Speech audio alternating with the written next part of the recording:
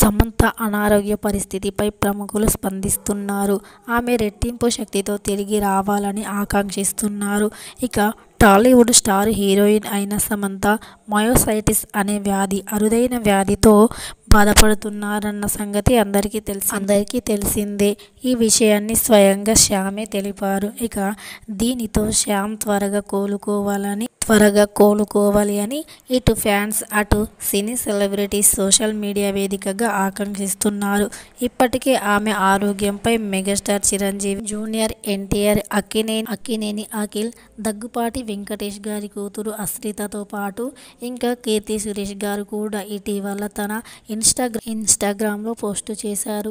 ఇక మీరు రెట్టింపు శక్తితో తిరిగి రావాలి అని, ఇక అతి త్వరగా కోలుకోవాలి అని కీర్తి సురేష్ తన ఇన్స్టాగ్రామ్లో పోస్టు చేశారు.